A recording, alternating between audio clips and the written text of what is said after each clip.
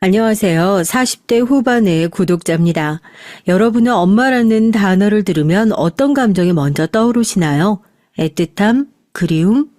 30년이라는 세월 동안 제가 엄마를 생각했을 때 가장 먼저 떠올렸던 건 그런 몽글몽글한 감정이 아닌 증오와 분노였습니다. 꼬일 대로 꼬여버린 제 인생이 어디서부터 잘못됐는지 원망할 대상이 늘 필요했거든요. 저한텐 그게 바로 30년 전 무책임하게 저를 버리고 떠나간 엄마였습니다. 아무리 책임감이 없는 여자도 10달 동안 내 뱃속에 아이를 품으면 모성애라는 게 생긴다던데 우리 엄만 대체 얼마나 나를 미워했길래 10달 동안이나 한 몸처럼 나를 품고 11년 동안 나를 끌어안고 살면서도 그 지옥 속에 나를 버려두고 자기 혼자만 도망칠 수 있었을까? 언젠가 한번 다시 만난다면 붙들고 물어보고 싶었어요. 대체 왜 그랬냐고요. 꿈에서 만난 엄마는 항상 아무런 말도 없이 집을 나가던 날 모습 그대로 신발을 구겨 신은 채 저를 꼭 다시 찾아오겠다는 말만 반복하고 있었으니까요. 그런데요, 얼마 전에 정말 말도 안 되는 일이 일어났어요. 30년 만에 잃어버린 엄마를 말도 안 되는 곳에서 다시 만나게 됐거든요. 전 과연 그 궁금증과 원망을 풀 수 있었을까요? 지금부터 기가 막힌 제 사연을 한번 시작해 보고자 합니다. 30년 전 저희 집은 가난했어요. 물리적인 것뿐만이 아니라 정신적으로도요. 제일 부러웠던 건 친구들의 화려한 도시락 반찬이 항상 부러웠던 것 같아요. 계란, 햄, 소시지 이런 것들이요. 전 거의 밥이랑 김치, 콩자반, 깻잎, 고추장은 빠지지 않고 싸갔던 것 같은데요. 그래도 고추장이 제일 맛있어서 밥 비벼 먹고 속이 매우니까 밥 한 그릇에 물 왕창 먹고 그걸로 배를 채웠던 것 같아요. 용돈도 거의 없었고요. 반 친구네 집에 초대받아 놀러 갔는데 반찬 가짓수가 엄청 많아서 일단 놀라고 반찬도 하나하나 접시에 정갈하게 덜어서 먹는 것을 보고 엄청나게 충격을 받았던 기억이 나네요. 저희 집은 항상 찌개도 다 같이 숟가락 담궈서 먹고 반찬통 그대로 열어서 먹고 하는데 그때 그 친구 집이 그렇게 부자도 아니었는데 국자로 국그릇에 다 덜어서 먹고 하는 게 너무 신기해가지고 밥도 먹는 둥 마는 둥 집에 와서 일기도 썼던 것 같아요. 제 나이 또래 친구들은 대학 진학률이 높죠. 거의 다 대학을 졸업했는데 저희 부모님 세대만 하더라도 대학 가신 분들이 그렇게 많지 않았잖아요. 당시 저희 아버지가 국졸이셨고 엄마가 고졸이었습니다. 뭐 어떻게 인연이 됐는진 모르겠는데 같은 공장에서 만났다고 하시더라고요.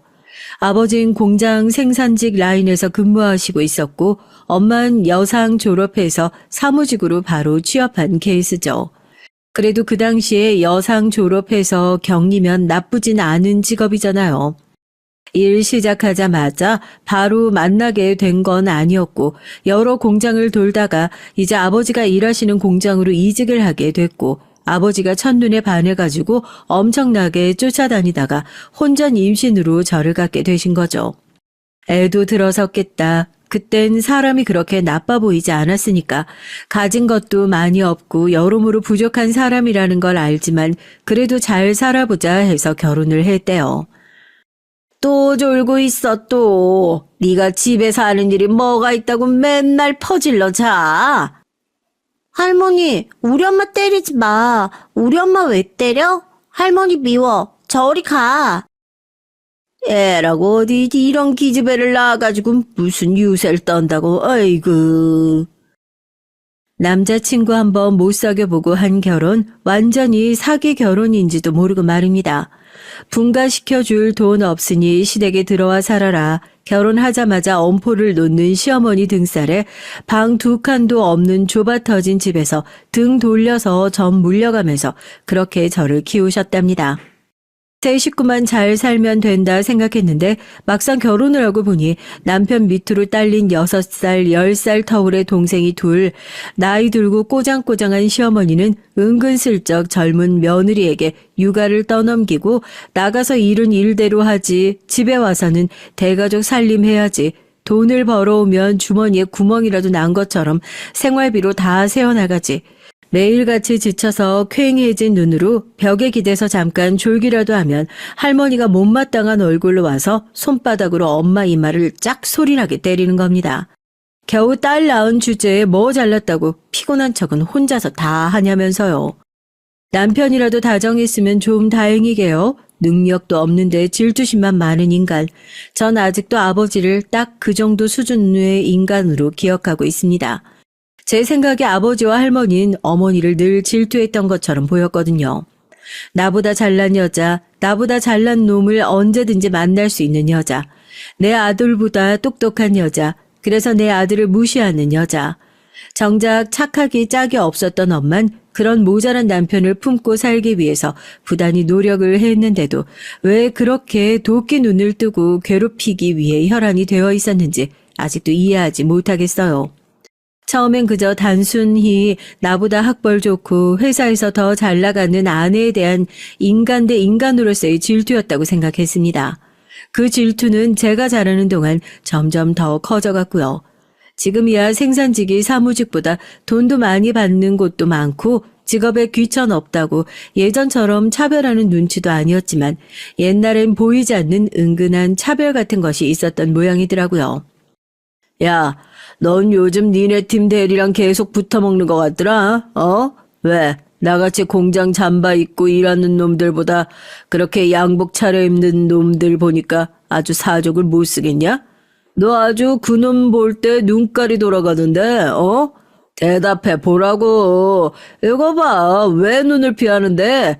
내 눈 똑바로 봐. 안 봐? 야, 내 말이 말 같지가 않냐?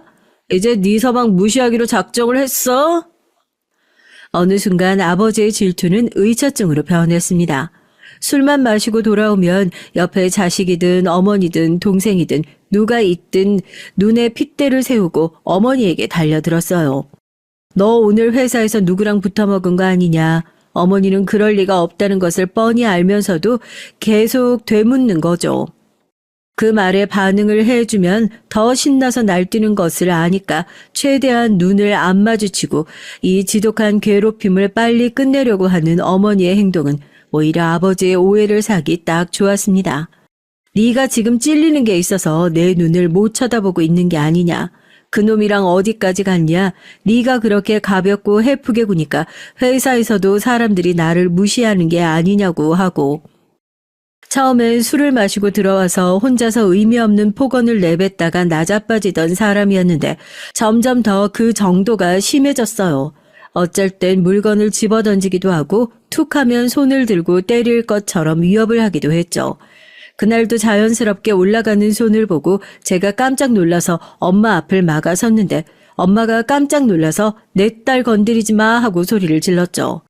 눈만 끔뻑거리던 아버지가 엄마가 버럭 화를 낸 소리를 곱씹어 보더니 아무래도 그게 분하고 괘씸했던 모양인지 기어이 엄마의 뺨을 올려 붙였습니다. 넘지 말아야 할 선을 넘었던 거죠. 원래 뭐든 처음이 어렵다고요. 한번 그렇게 손을 올리기 시작하니까 두 번, 세 번은 더 쉽더라고요. 그날 이후로 아버지는 습관적으로 패악질을 부렸습니다. 핑계도 많았어요. 회사에서 해프게 굴었다는 이유, 모르는 사람에게 웃는 낯으로 대하더라. 이웃한테 친절하게 대했다.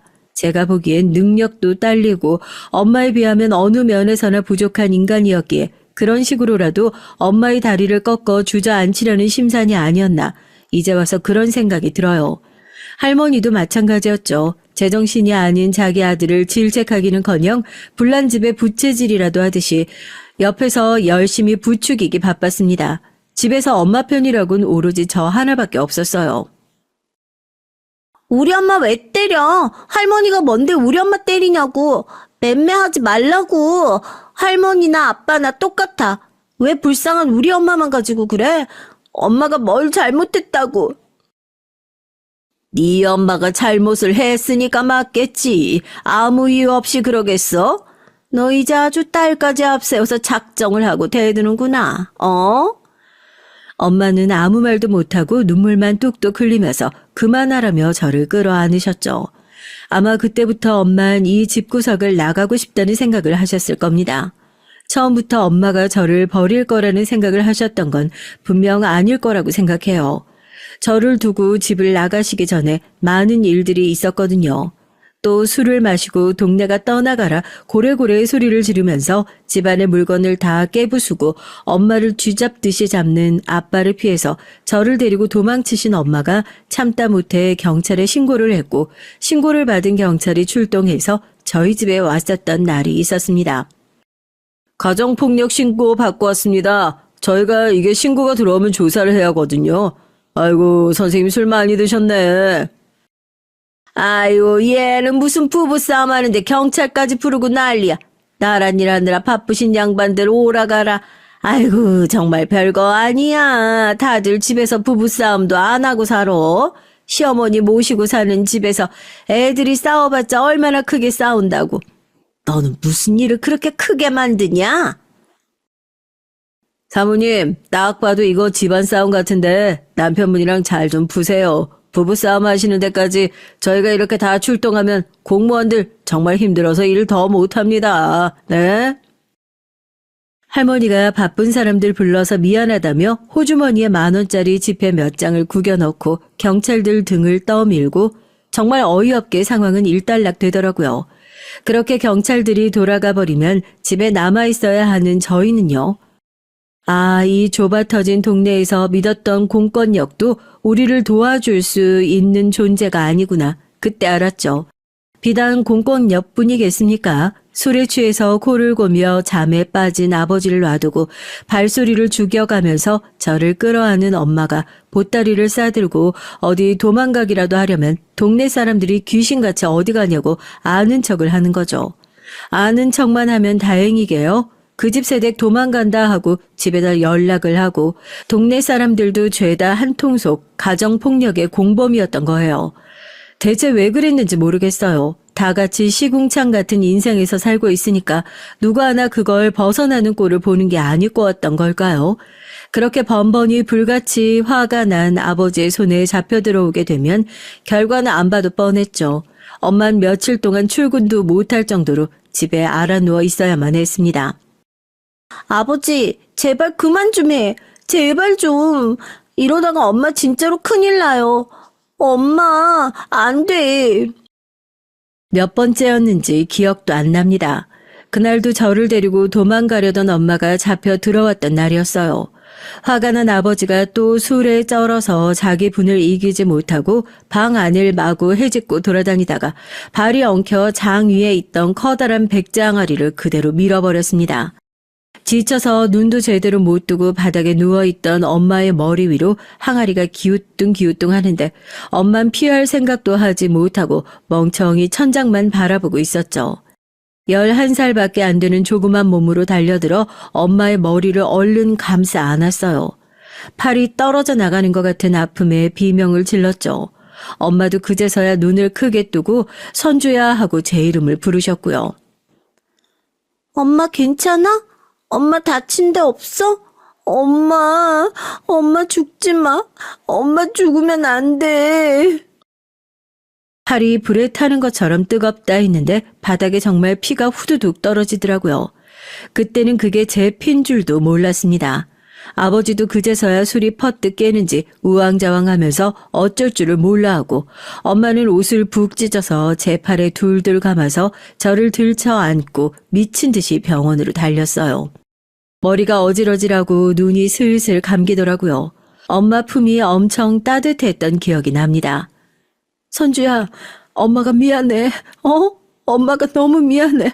엄마가 우리 선주 끝까지 지켜줘야 하는데. 엄마가 우리 선주 끝까지 지켜줘야 되는데.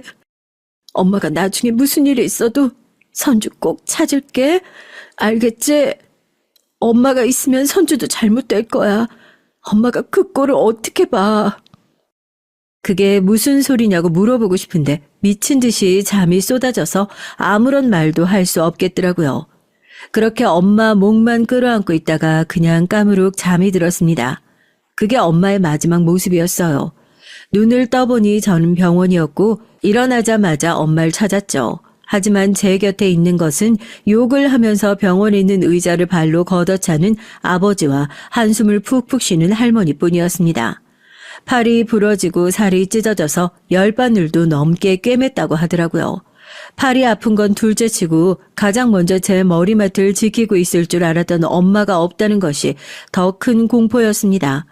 움직이지도 않는 팔로 할머니를 붙잡고 우리 엄마 어디 갔냐니까 제 팔을 탁 뿌리치면서 그래요.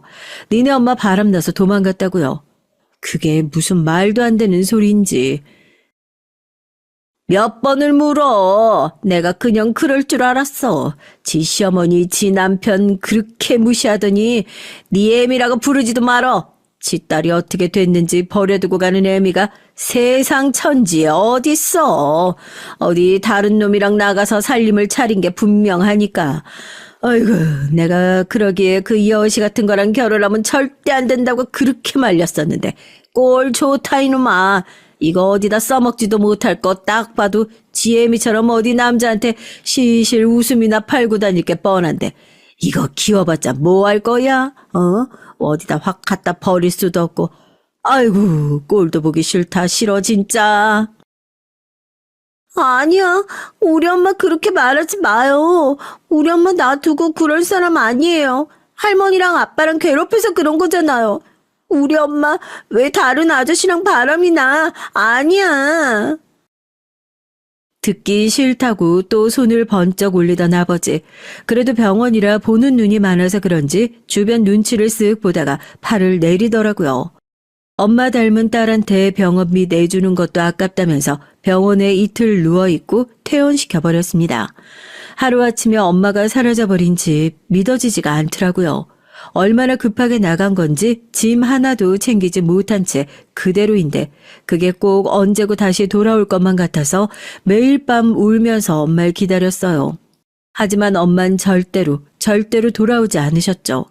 시간만 속절없이 흘러갔습니다. 자라면 자랄수록 엄마랑 얼굴이 똑 닮아간다면서 할머니와 아버진 눈만 마주치면 저를 갈궈댔고 괴롭힘의 대상은 그냥 엄마에서 저로 바뀌었을 뿐이었죠. 보고 배운 게 있는데요. 하루라도 빨리 이 집에서 나갈 방법을 찾아야겠다. 그냥 눈 깔아라 하면 눈 깔고 기어라 하면 기고 이 집에서 밥 얻어먹고 살 동안은 이 거지 같은 인간들 비위 맞춰주면서 학교만 졸업하고 나면 바로 이 집을 떠나야겠다 생각뿐이었습니다. 저 졸업하고 바로 취업하기로 했어요. 기숙사 있는 회사라서 짐 싸서 들어갈 거예요. 생활비는 매달 조금씩 보낼 테니까 연락하지 마세요. 제가 항상 눈엣 가시였잖아요. 돈도 자동이체로 보낼 테니까 제발 저 찾지 마세요. 그냥 죽었다고 생각하고 사세요. 저도 그동안 키워주신 값이다 생각하고 아깝다 생각 안 할 테니까 저한테 더 바라지도 말고 그냥 그렇게 살게요. 아버지 돌아가셔도 돈 한 푼 달라는 소리 안 할 테니까 각서라도 쓰고 나갈게요. 고등학교 졸업하는 날 할머니와 아버지에게 무릎을 꿇고 딱 잘라 얘기했습니다. 참 지긋지긋하지만 대한민국에서 호적 안에 묶여있는 이상 이 사람들이 마음만 먹으면 평생 나를 쫓아다니면서 괴롭히는 것은 일도 아니다라는 생각이 들었으니까요. 그 돈 아까워 안 할 테니까 제발 그거 받고 나 좀 놓아달라 했던 거죠. 살림에 보탬도 안 되는 딸에게 미련도 없었던 아버지 옳았구나 하고 좋아하는 꼴을 보고 남아있는 정 다 털고 집에서 나왔습니다. 아버지가 지어줬던 선주라는 이름도 민주라는 새 이름으로 바꿨고요. 집을 나오자마자 가장 먼저 한 일은 가족관계 증명서에 있는 엄마의 주소를 찾아가는 것이었어요. 반지하 새방 이곳에 엄마가 실제로 살고 있었으면 할머니와 아버지가 진작에 헤집어 놓고 갔겠지만 혹시나 하는 마음에요. 여기 사람도 안 사는데 찾아오는 사람이 왜 이렇게 많은지 모르겠네.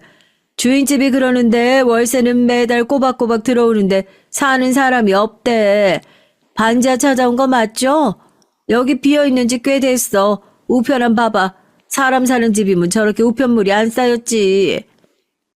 매달 월세는 꼬박 들어오는데 사는 사람이 없다는 이웃 얘기에 아버지의 눈을 피하기 위해 눈속임으로 전입신고를 해둔 곳이구나. 예상은 했었지만 실망 가득한 마음으로 발걸음을 돌릴 수밖에 없었습니다. 혹시나 하는 마음으로 우편함에 나 잘 살고 있다, 일하러 간다, 읽지도 않을 것 같은 편지를 꽂아두고 말입니다. 그렇게 저도 집을 나오게 됐죠. 19살에서 20이 넘어가는 겨울이었습니다. 아무도 없어 더 지독하게 추웠던 계절이었죠. 기숙사 생활은 나름대로 즐거웠어요. 일을 하러 온 여공들이 대부분 제 또래 친구들이었고 형편이 어려운 친구들이 많았거든요.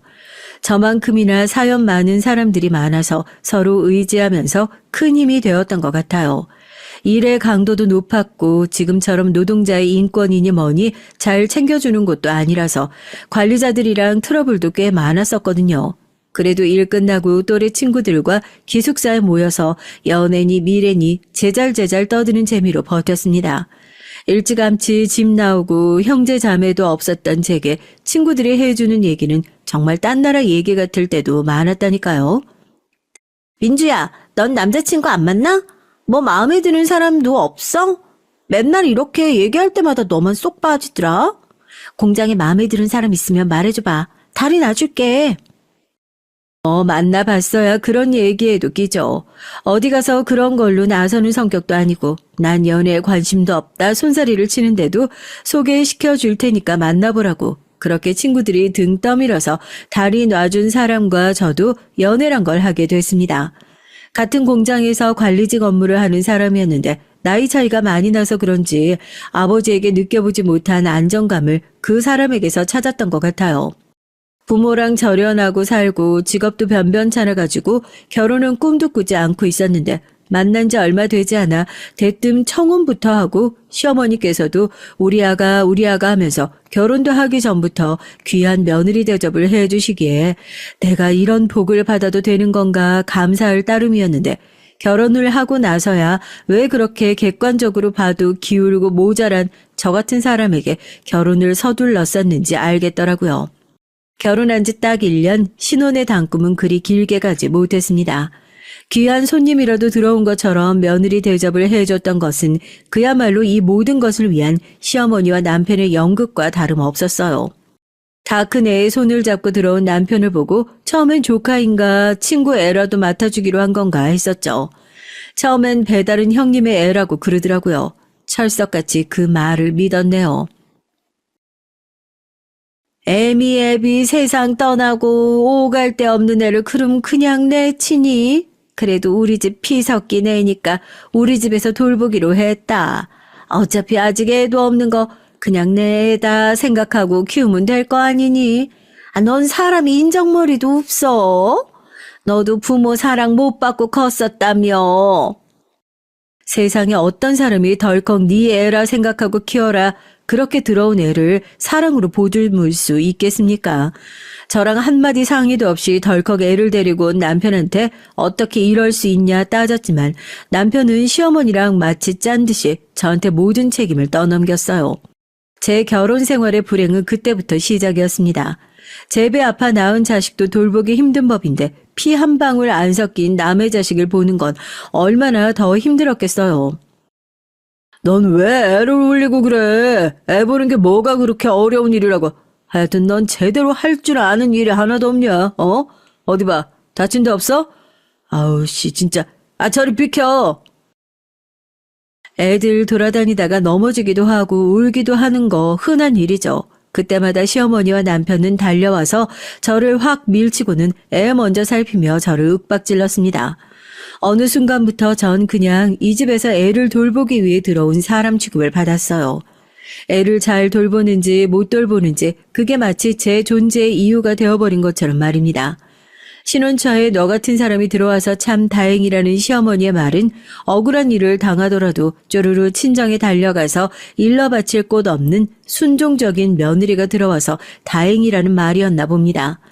딱 8개월, 제 꿈 같던 신혼생활의 유통기한은 딱 1년뿐이었어요. 애도 못 나서 사람들이 손가락질할까봐 애 데려다 줬더니 그거 하나를 못 봐서 이 사단을 만들어? 너 이 애 잘못되기라도 하면 어쩔 뻔했어? 야, 네가 지금 제정신이야?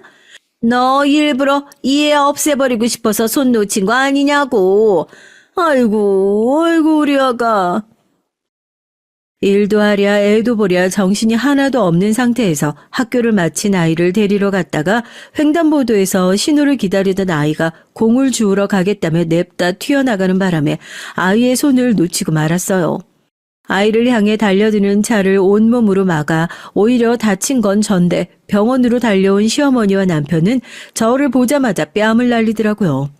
화장실을 다녀오는 사이에 아이와의 관계를 묻는 의사의 질문에 머뭇거리다 아빠라고 대답하는 남편의 모습을 보고 그제서야 알았습니다. 배다른 형제는 애초에 존재하지도 않았다는 것을요. 아이는 남편이 저와 결혼하기 전 다른 여자와 낳아놓고 시어머니의 호적에 올려졌던 남편의 친자식이었습니다. 기가 막히고 억장이 무너지더라고요. 남편의 멱살을 붙잡고 지금 이게 무슨 소리냐고, 여태까지 날 속였냐고, 뭐하는 짓이냐고 병원에서 소리를 고래고래 지르니까 시어머니는 어디 감히 남의 집 귀한 자식에게 손을 올리냐고 제 머리채를 잡았어요. 야, 그럼 내가 쥐뿔도 없는 너를 왜 며느리로 받아줬겠어? 집구석에서 얌전히 애나 보라고. 그게 뭐 그렇게 어려운 일이라고 그거 하나를 못해서 이 사단을 만드냐고. 내가 이 애를 네 호적에 올리라고 했어. 뭘 어쨌어? 이게 뭘 잘했다고 어디 감히 내 아들한테 손을 대? 집으로 돌아가자마자 짐 가방에 마구잡이로 짐을 싸고 이거 사기 결혼이라고, 결혼이고 뭐고 다 취소하고 고소할 거라고 소리를 지르는데 절 남편과 시어머니는 무참히 비웃고 짓밟았습니다.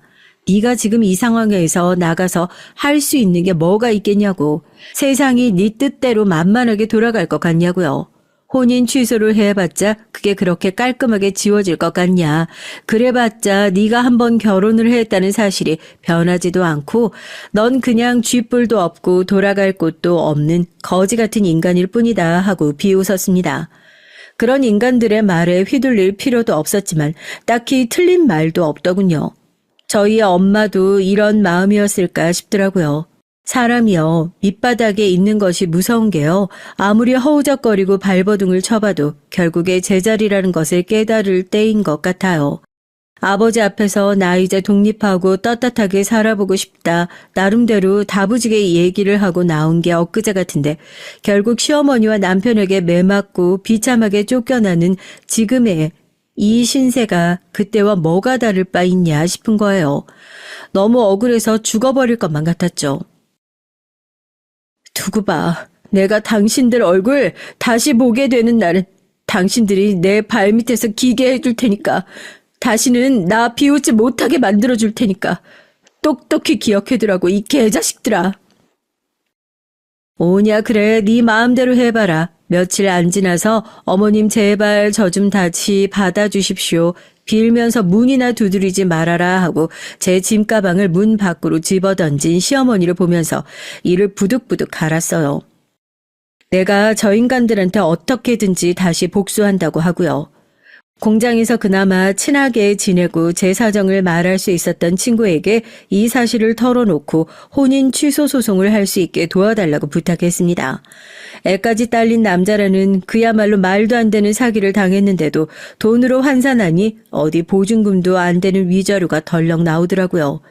전 남편이 뭔 수작을 부려놓은 건지 공장으로 다시 돌아갈 수도 없었고 작은 짐가방을 들고 찜질방과 싸구려 모텔을 전전하면서 일용직 일들을 전전하며 겨우 하루하루를 버텼습니다. 사람 한 명이 살아가는데 왜 그렇게 돈이 많이 들어가는지요. 일용직 일이다 보니 매일같이 일이 있는 것도 아니다 보니 딱 1년이 지나니까 슬슬 위자료도 바닥을 보이기 시작했어요.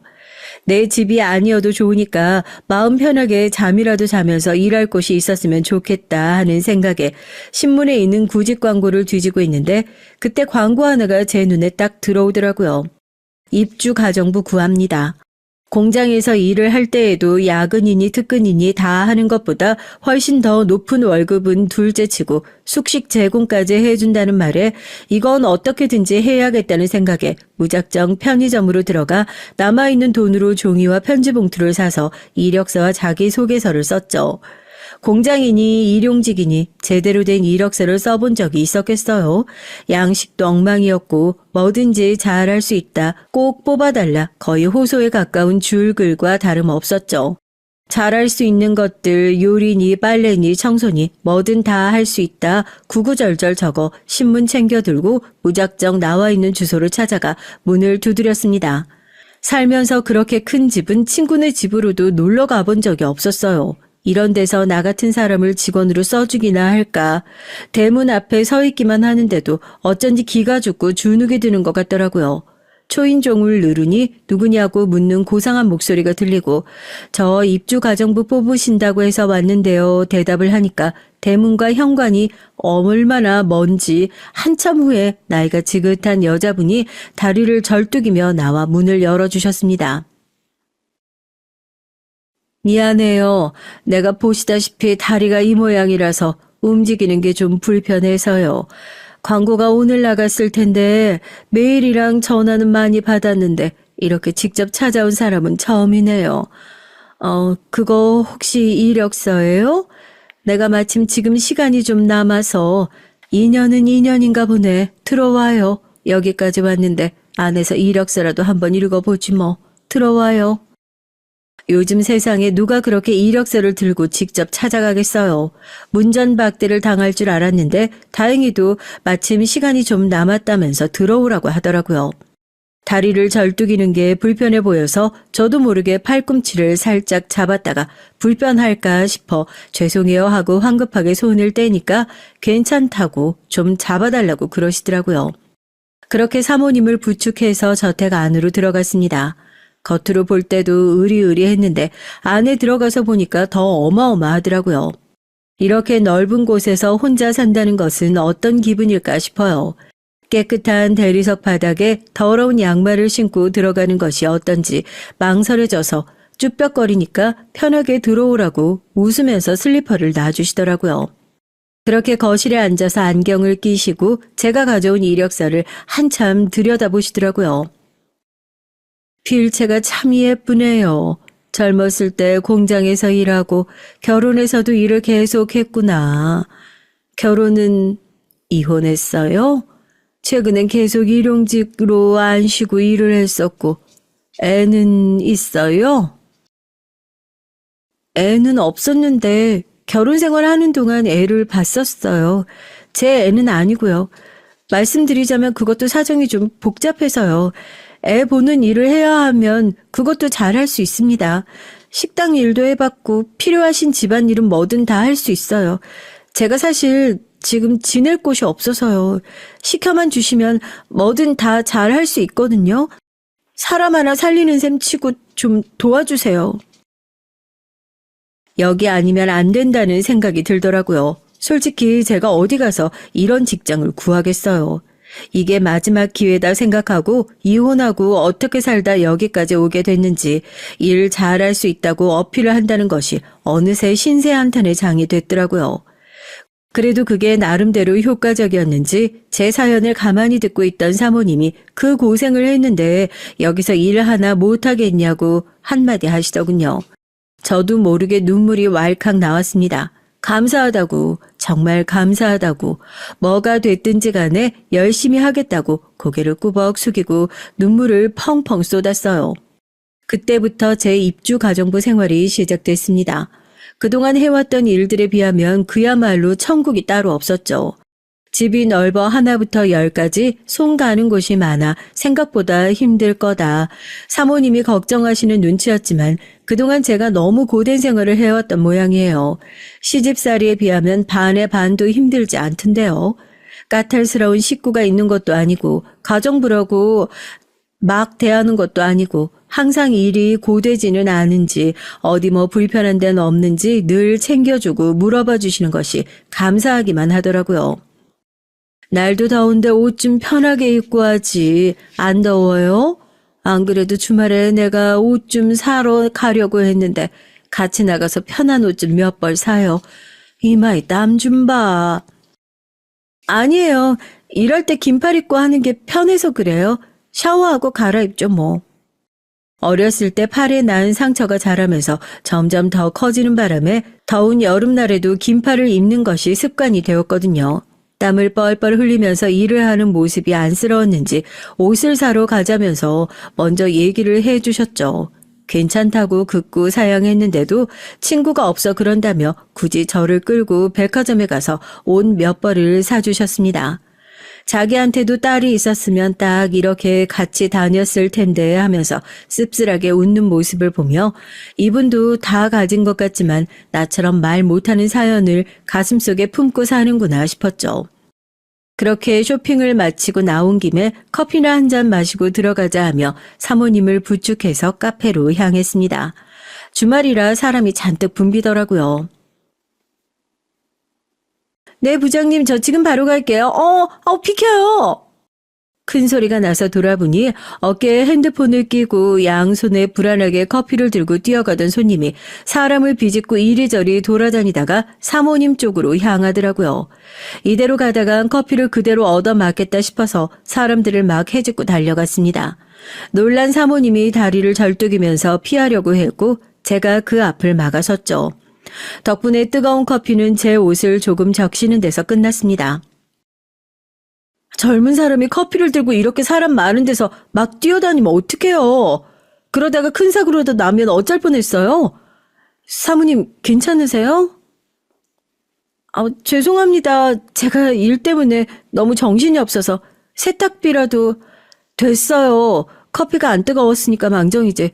얼른 가봐요. 세상에. 아이고 어떡해. 괜찮아요? 안 다쳤어요? 어디 봐봐. 아이고. 아니, 이게 무슨...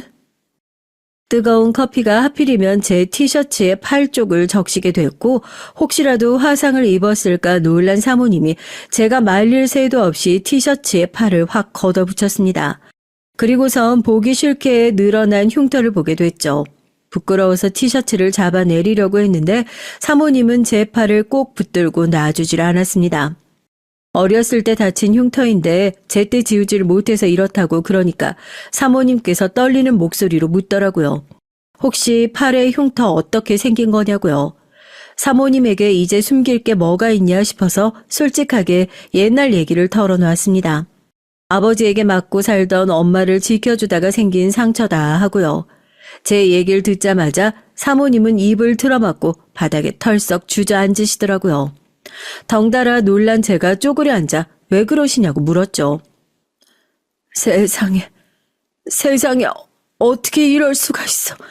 내가 눈앞에 내 딸을 놔두고 어떻게 못 알아볼 수가 있냐고. 선주야 엄마야. 30년을 넘게 찾아다녔는데 아이고 선주야 내 딸 선주야. 아이고 내 딸이 이렇게 살고 있는 줄도 모르고 선주야. 말도 안 돼.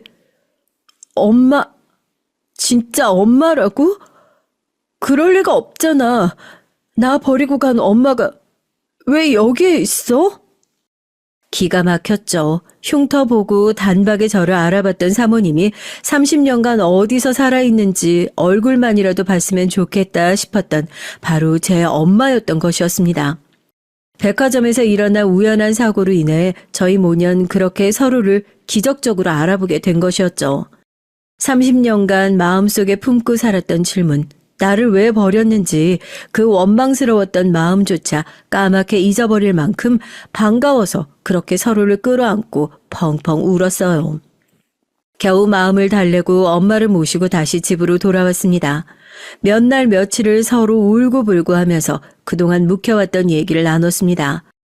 대체 그동안 무슨 일이 있었던 건지 어떻게 살았던 건지 말입니다. 제 얘기를 들으면서 엄만 가슴을 몇 번이나 치면서 오열을 하시더라고요. 바람이 나서 집을 나가버린 거라는 할머니의 얘기와 달리 그 당시 엄만 본인을 지키기 위해 제가 다친 모습을 보면서 그 집에 있다간 둘 다 잘못될 것 같은 기분에 저를 놓고 나올 수밖에 없었다고. 어떻게든지 독립을 하고 홀로 설 수 있을 때가 되면 다시 저를 찾아오려고 했었답니다.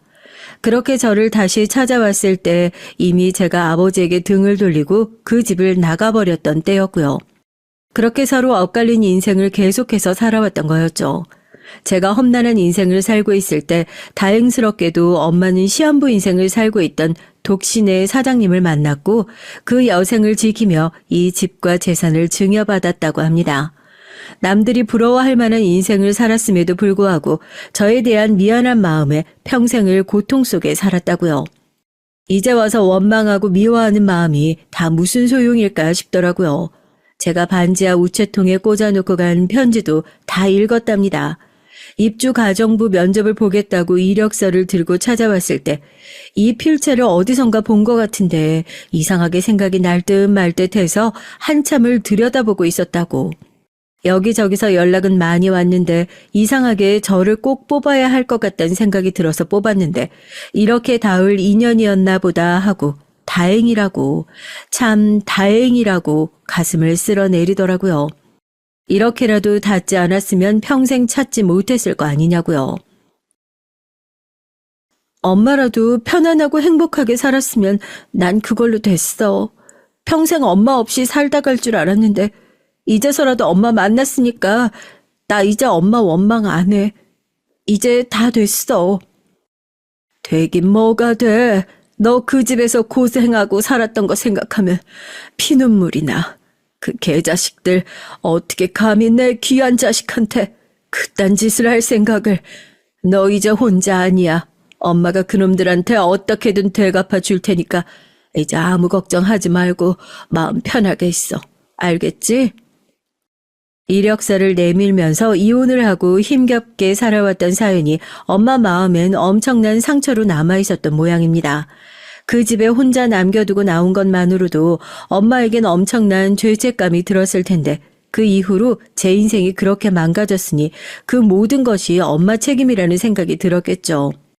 엄마가 집을 나가버린 이후로 학교에서 친구랑 작은 다툼이 있더라도 우리 엄마한테 이른다 하는 유치한 친구들의 말을 들을 때마다 나도 집에 가서 일러 바칠 엄마 있었으면 좋겠다는 생각을 하곤 했었는데 이제 엄마가 다 알아서 할 테니 걱정하지 말라는 얘기가 나이 40줄에 이렇게 든든하게 들릴 줄 몰랐습니다. 엄마가 아무런 복수를 해주지 않아도 그 말 한마디만으로도 마음속 응어리가 눈 녹듯이 사라지는 느낌이 들 정도로 말이에요. 그런데 엄마의 그 말은 정말이지 빈말이 아니었습니다. 지금의 엄마는 아버지에게 무력한 눈으로 당하고 눈물을 삼키면서 딸에게 매정하게 등을 돌려야만 하는 그런 사람이 아니었으니까요. 딸을 위해서 얼마든지 나서서 복수를 해줄 수 있을 정도로 강한 사람이 되어 있었습니다. 엄마, 나 그러면 이제 입주 가정부 해고야? 월급 쏠쏠해서 좋았는데 이 좋은 자리를 다른 사람한테 양보할 생각하니까 배가 아파서 어떡하지? 가정부는 무슨 30년 만에 만난 딸한테 월급 주면서 가정부로 부리는 못난 엄마인 줄 알아? 이 집에 있는 것들 앞으로 다 네 거니까 아무 소리 말고 편하게 써. 알겠지? 입주 가정부는 안 그래도 이 자리에 딱 적임자인 사람 구해놨으니까 걱정하지 말어. 돈이면 자기 간도 쓸개도 내다가 팔 사람이거든. 너도 아마 마음에 쏙 들어할 거다. 네 손발이다 생각하고 편하게 부려. 눈치 보지 말고. 알겠지? 사람 귀하게 대할 줄 아는 엄마가 수족처럼 편하게 부리라니 막 대해도 좋다느니 그런 소리를 하길래 갑자기 왜 저러시나 하고 좀 의아하긴 했었죠. 올 시간이 다 됐다고 하고 시계를 보는 엄마를 보고 대체 어떤 사람이길래 저렇게 기다리나 하고 저도 덩달아 기대를 하고 있었어요. 초인종 소리가 들리고 엄마를 부축해 문을 열자마자 보이는 얼굴에 전 깜짝 놀라고 말았습니다. 몇 년 사이에 고생을 했는지 얼굴에 주름이 깊게 패이긴 했지만 한눈에 알아볼 수 있었죠. 바로 제 전 시모였어요. 그렇게 끔찍하게 절 괴롭혔던 사람을 제가 어떻게 못 알아보겠어요. 시모 역시 절 한눈에 알아보고는 네가 어떻게 여길 하더라고요. 엄마를 부축하고 있는 절 보고 저 역시 이 집에서 일하는 입주 가정부 정도라고 생각했었나 봐요. 안 들어오고 뭐하고 멀뚱멀뚱 서 있어요? 첫날부터 잘리고 싶은 거예요, 아줌마? 머리가 무식하면 몸이라도 재빠르게 좀 움직여야지. 아이고, 아닙니다, 사모님. 사람을 좀 가려가면서 쓰시지. 어떻게 이런 애를... 주섬주섬 짐을 챙겨 들고 들어오는 전 시모가 저를 힐끗 쳐다보면서 혀를 끌끌 차자마자 저희 엄마는 시모가 챙겨온 짐을 그대로 들어서 문을 열고 집 밖으로 그대로 집어 던졌어요. 엄마의 갑작스러운 행동에 시모는 당황해서 어쩔 줄을 몰라 했고요. 뭐 기분 상하시는 말이라도 했냐고 굽신거리는 모습에 배꼽이 빠질 정도로 웃기더라고요. 지금 내 딸한테 뭐라고 했어요? 사람 좀 가려가면서 쓰라고요? 우리 딸이 당신같이 하찮은 사람이랑 같은 급으로 보이는 거예요, 지금? 오갈 데 없어 불쌍해 보이는 사람 걷어서 일이라도 시켜주려고 했더니만 기본 자세부터 글러먹었네. 예, 내 딸이에요. 당신이 굽신거리면서 모셔도 모자랄 판에 어디서 건방지게 감히... 뭐라고요? 아니, 그럴 리가 없는데. 얘는 내 첫며느리예요. 분명히 부모랑 결혼하고 고 하나 다름없이 살아왔다고 그랬었는데 그런 애가 무슨 수로 이런 부잣집에. 그래서 내 딸한테 그렇게 막대했니? 부모도 없고 기댈 친정도 없다고 내 딸 그렇게 죽도록 괴롭혔어? 네 자식 그렇게 귀한 줄 알았으면 내 자식 귀한 줄도 알고 있었어야지. 어디 감히 하나밖에 없는 내 딸한테 함부로 손을 올려? 내가 이제부터 니네 가족 인생 아주 끝장을 내줄 거야. 이제 더 떨어질 자리도 없는 줄 알았지? 똑똑히 지켜봐. 네 인생 어디까지 바닥으로 떨어지는지. 그리고선 저희 엄만 저 시모의 따귀를 시원하게 올려붙였습니다. 비명을 지르면서 바닥에 주저앉은 시몬 믿기지 않는다는 듯이 허망한 눈으로 바닥에 주저앉아 절 올려다 봤어요. 마치 오래전 제가 그 집에서 쫓겨날 때처럼 말입니다. 엄마 덕분에 오래전 치욕을 그렇게 되갚아 줄 수 있다는 것이 얼마나 통쾌하던지요. 정말이지 답답하게 꽉 막혀있던 가슴이 뻥하고 뚫리는 것 같은 기분이었어요. 이럴 수는 없다고 말이 안 되는 얘기라고 바닥에 앉아서 중얼거리고 있던 전시모에게 저도 가만히 있을 수는 없죠. 통쾌한 마지막 한 방을 날려줬습니다. 아줌마, 기억나요? 내가 그때 그 집에서 나오면서 그랬잖아. 내가 당신들 얼굴 다시 보게 되는 날 당신들이 내 발밑에서 기게 해준다고. 평생 나 내려다보고 살 줄만 알았지. 그 바닥에서 나 올려다보고 있는 기분이 어때? 역같지? 내가 딱 그랬었거든. 그 바닥에서 당신 올려다보면서 다시는 이런 기분 안 느끼겠다고 이를 갈면서 살았어. 당신한테 지금은 오히려 고마울 지경이야. 내가 당신한테 이 기분 꼭 되갚아주겠다는 마음으로 지금까지 죽지 않고 살았거든. 다시는 나 비웃지 못하게 만들어줄 거라고. 그렇게 아등바등 살다 보니까 엄마도 다시 찾게 되고 얼마나 다행이야. 당신 잘난 아들, 잘난 손자 끌어안고 평생 그렇게 행복하게 살아. 왜? 자식이 당신 인생의 전부 아니었어? 그 잘난 아들 불러서 엄마 이꼴 당하고 있으니까 구해달라고 고자질이라도 해보지 그래? 한심한 인간아. 얼마나 분한지 바닥에 주저앉아서 부들부들 떨고 있는 전시모에게 과거 제가 당했던 것처럼 똑같이 짐가방을 던져주고 꽝 하고 문을 닫아버렸습니다. 엄마가 고생했다고 저를 꽉 끌어안아 주시더라고요. 이제야 모든 것들이 다 제자리로 돌아온 것 같은 기분이었습니다. 인생을 멀리 돌아온 것 같았지만 어릴 적 잃어버렸던 엄마도 다시 만나게 됐고 이젠 더 이상 편하게 누울 집이 없다는 불안감에 떨지 않아도 되고 뻑하면 화가 나서 손을 올리는 아버지도 남편도 없고 오로지 사랑만이 넘치는 내 가족, 내 집이란 것이 생겼으니까요. 이 모든 것들이 당장 내일 아침이면 물거품처럼 사라져버리는 꿈이라 하더라도 이 순간만큼은 너무 행복해서 벅차올라 가슴이 뻥하고 터져버릴 것 같은 기분이었어요. 우리 딸 이제 다시는 안 잃어버릴 거야. 엄마가 얼마나 더 살 수 있을진 모르겠지만 이제 사는 동안 그동안 못해줬던 거 다 해주면서 평생 엄마가 너 지켜줄게. 어디 가서 못된 놈들이 다시는 손 안 대게 귀한 딸로 키울 거야. 하나밖에 없는 우리 딸, 소중한 내 딸. 불면 날아갈까 쥐면 깨질까 나이 40이나 먹은 딸을 소중하게 품에 끌어안고서야 잠에 드는 우리 엄마. 다 늙어서야 엄마의 사랑을 느끼는 요즘입니다. 저도 많이 늦었지만 늦은 만큼 엄마에게 배로 더 효도하며 행복하고 화목하게 잘 지내보려고요. 앞으로 둘이서 잘 지낼 수 있도록 저희 둘밖에 없는 소소한 저희 가족에게 많은 응원 부탁드리겠습니다. 제 사연을 들으시는 많은 분들의 가정에도 제가 느꼈던 것만큼이나 안정과 평화가 항상 넘치게 가득하기를 바라며 이만 사연을 마무리해 볼게요. 안녕하세요. 톡톡사연 광팬이라고 말할 수 있는 50대 여자입니다. 전 요즘 인생의 황금기를 보내고 있어요. 지금까지 제 인생이 많이 힘들었기에 감히 황금기라고 표현할 수 있을 것 같은데요. 일단 지금 글을 쓰는 이 장소는 푸른 바다와 야자수가 보이는 동남아시아 한 호텔이에요. 요즘은 남편과 못 가본 세계 곳곳을 다니며 이렇게 해외여행을 하고 있죠. 다행히 호텔에선 인터넷을 사용하는 데 문제가 없어서 이렇게 사연 채널을 듣고 제 사연을 보낼 수 있네요. 조금 있다 밤엔 남편과 해안가의 한 식당에서 밥을 먹기로 했는데 오늘 제가 사연 보낸 얘기를 할까 합니다. 남편이 아마 한바탕 웃으며 잘 보냈다고 말해줄 것 같은데요. 사실 이 사연을 보내기 전까진 고민이 많았습니다. 성격이 조금 소심한지라 보내도 될까 걱정도 많았어요.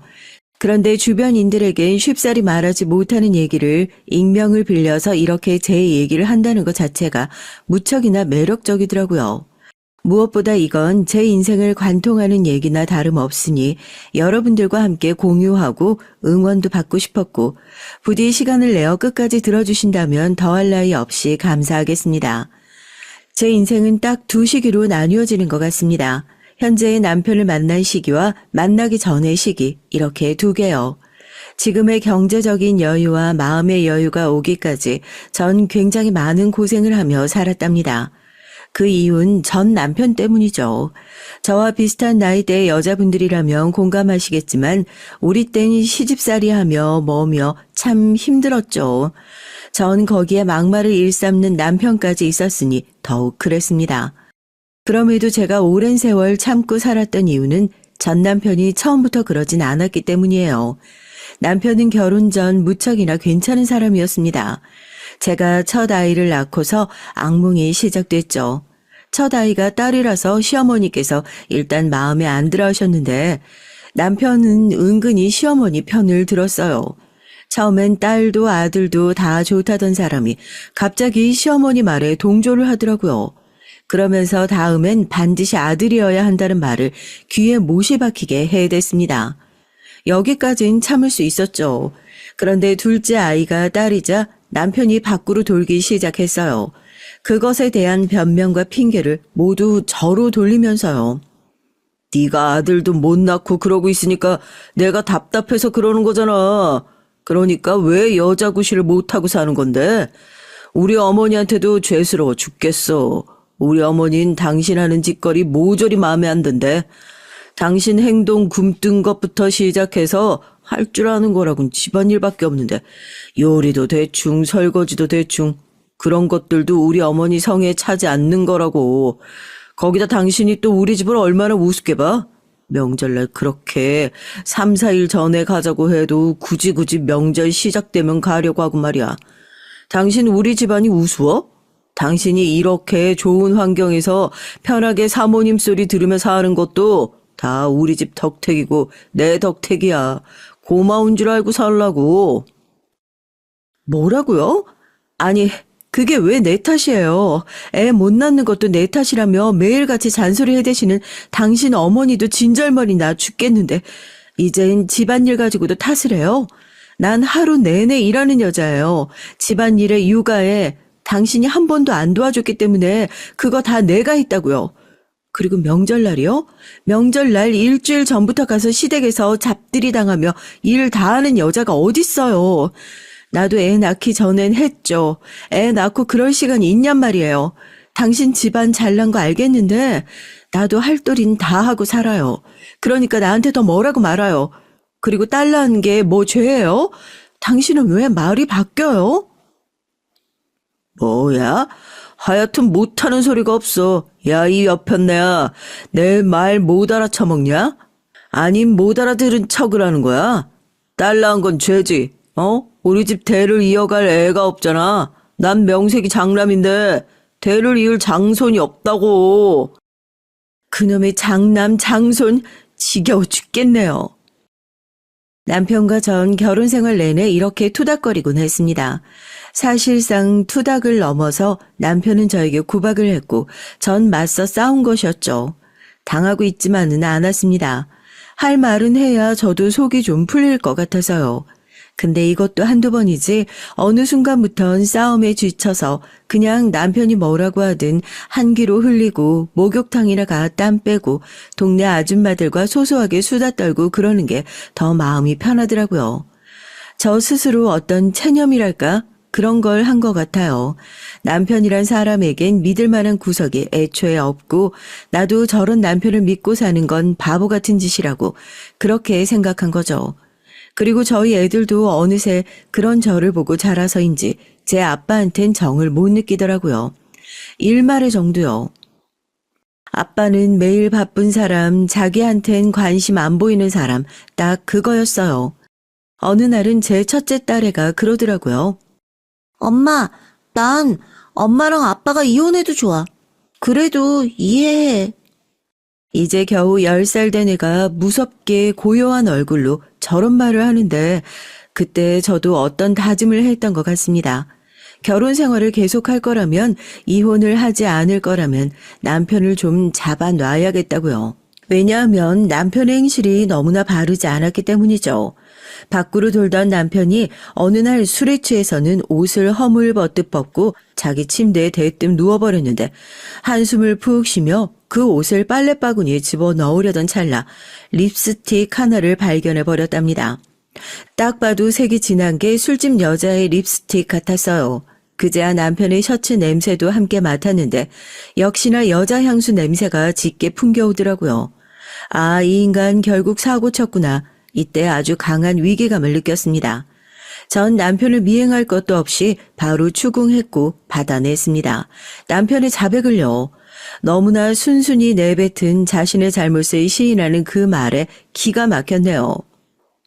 그래, 바람 폈다. 됐냐? 됐어? 이제 만족해? 아이고, 만족하는 표정이래. 근데 내가 뭘 잘못했는데? 야, 바람 안 피는 남자가 세상에 어딨냔 말이야. 어딨냐고요? 내 주변 남자들 중엔 바람을 펴도 걸리는 인간들은 없어요. 당신만 이렇게 기어이 바람을 피고 걸리기까지 한다고요.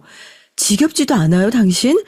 우리 딸애들한테 아빠 노릇을 못하는 것도 분해 죽겠는데 이젠 하다 여자까지? 당신 사람 맞아요? 당신이 인간이냐고. 이게 뭘 어쩌고 어째? 야, 너 지금 하늘 같은 남편한테 개기는 거야? 뻗대는 거냐고. 네가 이혼 도장 찍고 싶어 작정을 했구나. 전 이 말에 그야말로 뒤로 넘어갈 뻔했답니다. 아, 내가 어째서 이런 무식하고 무책임한 인간을 만나 결혼까지 했을까 싶더라고요. 그래서 전 곧바로 내질렀습니다. 아마 이때 전 뭔가 답을 정해놓고 내뱉은 것이 아니라 제 마음 깊은 곳에서 아주 오래전부터 하고 싶었던 말을 한 것 같아요. 그도 그럴 것이 1초 만에 답이 나갔으니까요. 그래요, 이혼합시다. 난 도저히 당신이랑 못 살겠으니까 내 딸애 데리고 나갈 테니까 위자료 주고 갈라섭시다. 만족하죠? 나도 당신이랑 살 이유가 도통 없네요. 그런데 여기서 남편의 반응이 가관이었죠. 제가 막상 대놓고 세게 나가니까 이 인간이 전에 없이 당황하더라고요. 어버버거리며 다시 한번 말해보라는 둥 진심이냐는 둥 그러더니 갑자기 씻으러 들어가야겠다고 하더라고요. 그리고는 다음날 아침 조용히 저 혼자 아침을 차려 먹고 나가더니 미안하다는 쪽지를 한 장 쓰고 갔더라고요.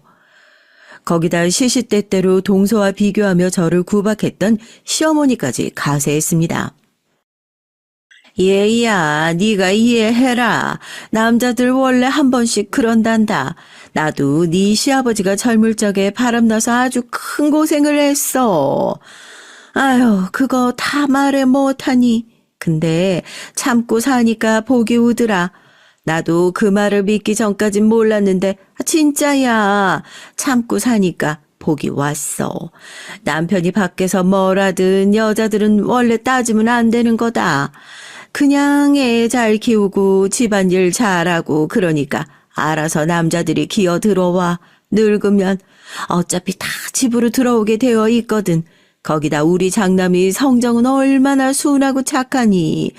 애가 회사 일에 너무 치여서 스트레스 받고 하니까 잠깐 정신이 나갔던 게지. 금방 돌아온다. 걱정하지 말어. 정 불안하면 내가 달래마. 어머님이 달래서 이게 될 일인가요? 아이들한테 본보기를 보여야 할 아빠가 그러고 다니는데 누가 참아요? 전 못 참아요. 애들 생각해서 절대 못 그런다고요. 시어머니는 이런 식으로 저를 달래려고 들더라고요. 전 어이가 없어서 한마디 툭 쏘아붙였지만 시어머니는 그마저도 다 이해한다는 식으로 저를 앉히고선 하루 종일 어르고 달래려 들었습니다. 자신이 사실 숨겨둔 땅이 있는데 그걸 네 명의로 해둘까 생각한다는 둥, 딸 애들도 나중에 다 공평하게 재산 나눠줄 거라는 둥 하는 말들을 하면서요. 딸이기는 하지만 그래도 내 귀한 새끼들 아니니. 나는 우리 새끼들 다 소중해. 어차피 우리 장남 씨 받고 태어난 거면 다 같은 손주지. 물론 네 동서가 아들을 낳아줘서 천만 다행이긴 하지만 그래도 난 똑같이 재산 나눠줄 거다.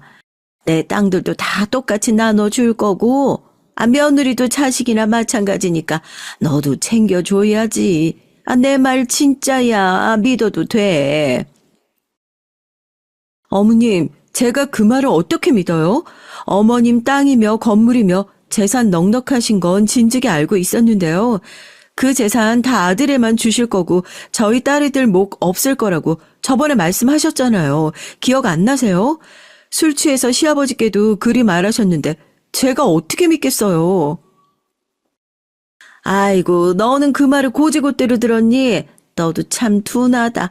예, 내가 네 동서 있고 사람들이 있으니까 그렇게 말한 거지. 어떻게 계집애라고 쏙 빼냐. 네 딸들도 내가 다 챙겨줄 거야. 결혼할 때 한미천 보태줄 거고 대학 갈 때도 그 등록금이며 생활비며 다 지원해 줄 거다. 아이고, 내가 약속하마. 뭐 필요하면 각서도 써줄까? 난 각서도 쓸 수 있는 사람이야. 네, 그럼 써주세요. 저희 딸애들 등록금, 결혼 자금 해주세요. 어머님이 해주시면 되겠네요. 이때 전 이혼을 안 하겠다는 생각보다 이혼을 해야겠지만 그래도 어떻게 나오나 보자 하는 심보로 말을 던져보았는데요. 제 말에 시어머니는 약간 흠칫하신 기색이었지만 곧바로 알겠다며 종이 한 장을 들고 와서 각서를 쓰시더라고요. 여기서 잠깐 제가 왜 이리 여기에 집착했는지 설명이 필요할 것 같은데요. 사실 저희 시댁 재산이 상당히 많은 걸로 알고 있었습니다. 근데 저희 시어머니며 시아버지며 두 분 다 제 애들이 딸이라고 저를 몹시 미워하시는 것도 모자라서 우리 딸들도 천대했거든요. 그것도 동서 아들과 비교해가면서요. 당신들이 열심히 일군 재산 역시 딸에겐 절대 안 갈 거라고 신신당부하듯 말씀하시기도 했고요. 근데 최근 들어 남편이 회사 다니기 싫다, 사업하고 싶다 이런 불안한 말을 늘어놓더라고요. 마음이 복잡했는데 시어머니의 각서라도 받아놓으면 우리 애들 미래엔 문제가 없을 것 같았습니다. 결론만 말하자면 남편이 저를 친정집 문 앞까지 데리러 와 싹싹 빌었어요. 그래, 내가 잘못했어. 우리 합치자, 애들 아직 어리잖아. 이혼 물론 마음 같아서야 100번이고 1000번이고 하고 싶었죠. 근데 제가 따로 나가 산다 하더라도 위자료는 몇 푼 안 될 거고 그거로 우리 애들 대학까진 무리일 것 같았어요. 머리를 며칠을 싸매고 고민을 해봐도 그런 결론이 나오더라고요. 이 일을 저희 친정엄마에게 상의까지 해봤지만 친정엄마 역시 한 번만 용서해주자 그러더라고요. 지금 생각해보면 우리 친정엄마도 좀 너무해요. 그래도 딸 편을 들어주실 법한데 엄마는 시어머니와 비슷한 말씀을 하시더라고요. 그래서 남편의 바람은 나보단 우리 애들을 생각하자는 마음으로 그런 마음으로 한 번만 넘어가 주었답니다. 남편은 좋아라 했어요. 시어머니 말이 먹혔다고 생각했는지 저희를 앉히고선 이번엔 내가 달라지겠다, 잘해보자 라는 말을 하더라고요. 이미 10년 이상 이어온 결혼 생활에서 잘 해봤자 무슨 결론이 날지 모르겠지만 전 일단 알겠다고 고개를 끄덕였고요. 그런데 그렇게 넘어가 주는 게 아니었습니다. 그래선 안 되는 거였어요. 이 시기를 넘어가니 저희 친정 쪽에서 문제가 먼저 터졌는데 이게 시댁 일과 엮이면서 상황이 안 좋아진 거였어요. 저희 친정엔 한량인 아버지가 한 분 계시는데 아버진 저희 엄마에게 모든 일을 떠넘기셨고 저희 엄마는 동네에서 시장 장사를 하시며 저희를 겨우겨우 키우신 분이에요. 아버진 딱히 본인이 능력이 없거나 한 것도 아니고 오히려 대학까지 나오신 분인데도 사업 한번 말아먹었다고 그 이후 주저앉아 아무것도 안 하신 분이죠. 집안에선 저희 형제들에게 물 떠와라 술 사와라 이런 말밖에 하지 않았어요.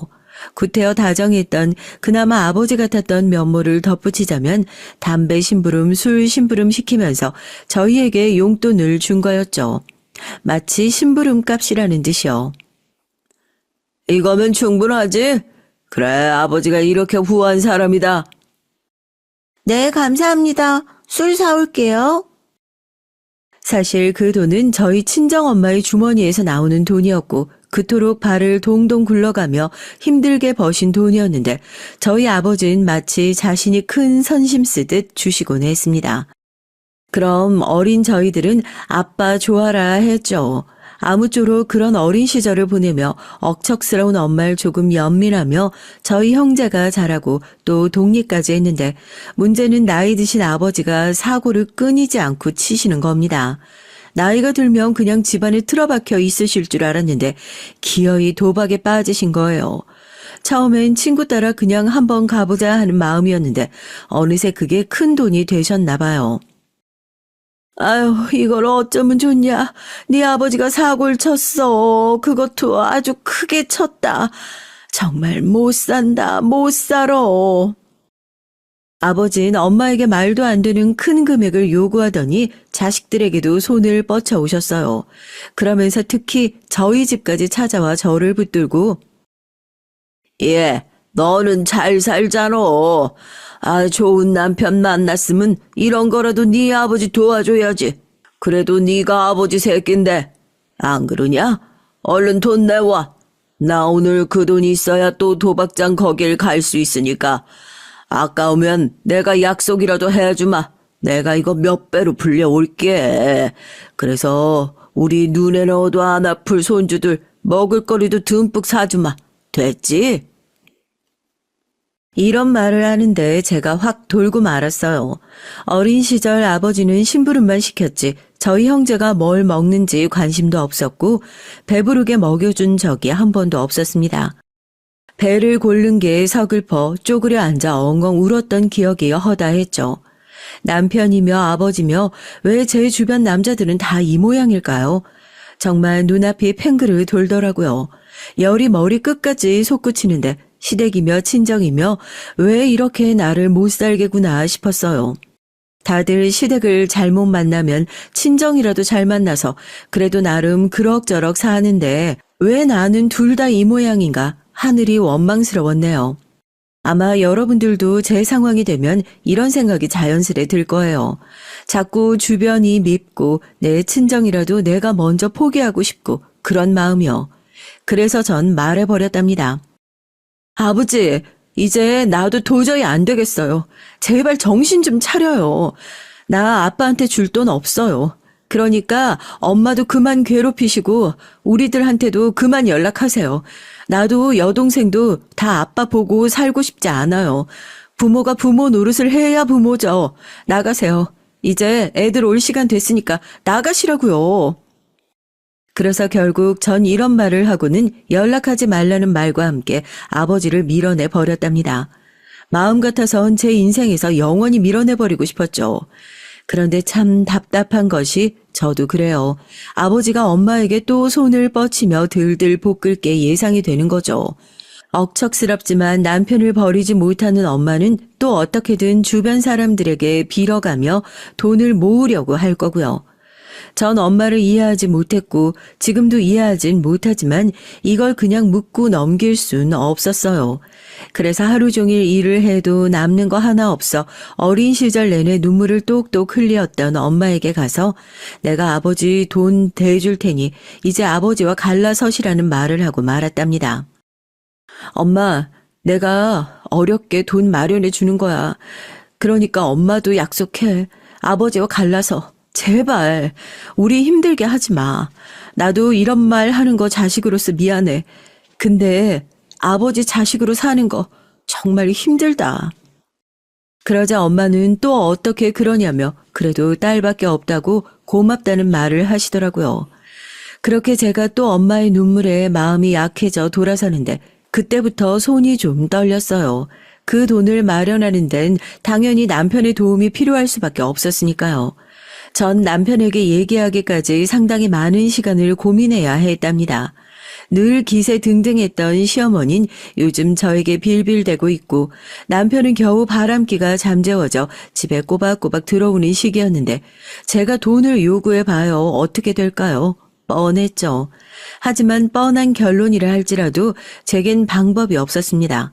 그래서 남편에게 말을 했고 역시나 남편이며 시어머니며 길길이 날뛰었죠. 남편은 니네 친정 식구들은 다 왜 그 모양이냐는 심한 말을 했고 시어머님 명절날 제가 열심히 일하는 남편의 등골을 빨아먹는다고 대놓고 욕을 하셨어요. 전 하루 종일 기름을 묻혀가며 전을 붙이고 난리를 쳐댔는데도 말이죠. 아이고, 너는 내가 처음 봤을 때부터 알아봤어. 딱 봐도 우리 집에 쥐뿔 도움 안 될 게 들어오겠구나. 내가 널 만났을 때 그 생각을 했지. 그 소만한 눈망울을 보면서 제가 저런 눈망울을 하고 우리 아들 돈을 야금야금 훔쳐 먹었겠구나.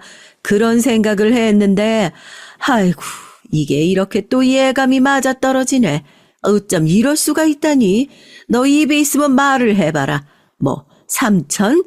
니네 친정에 3천씩이나 줘야 된다고? 3천이 무슨 애 이름이야? 동네 개 이름이야? 그 돈 네가 벌어라. 벌어서 네가 갖다 주라고. 그러면서 시어머니는 제게 손이 없냐 발이 없냐 등등 하자 있는 년이란 욕설까지 해대셨어요. 그때 그런 모욕적인 말을 들으면서 저는 참 캄캄했습니다. 마음이 너무 캄캄하고 막막해서 저도 모르게 눈물이 죽죽 흐르더라고요. 자존심은 지키고 싶었는데 그럴 수가 없었답니다. 남편은 옆에서 제 편을 들기는커녕 그냥 민망한지 헛기침만 해대고 있더라고요. 아유, 엄마 그만해. 됐다 말해봤자 뭐해. 모르고 결혼한 것도 아니고.